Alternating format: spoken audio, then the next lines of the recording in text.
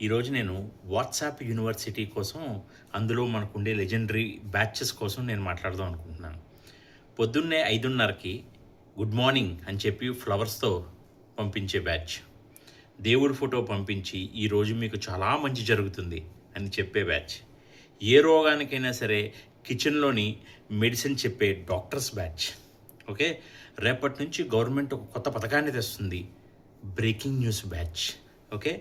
గూగుల్‌లో కూడా దొరకని నాలెడ్జ్‌ని ఇచ్చే ఫ్యామిలీ గ్రూప్ ప్రొఫెసర్స్ ఉంటారు.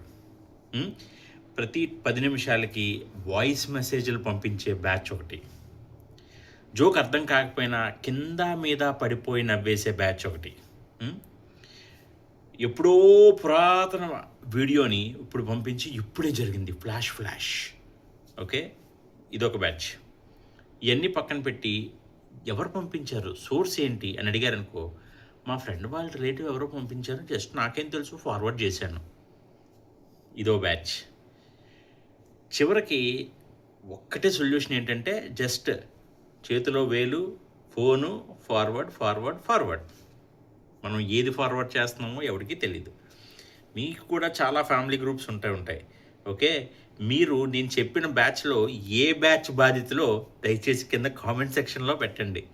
డెఫినెట్గా ఈ ఈ వాట్సాప్ యూనివర్సిటీ బాధితులు చాలామంది ఉంటారు, నాకు తెలుసు భయ్యా.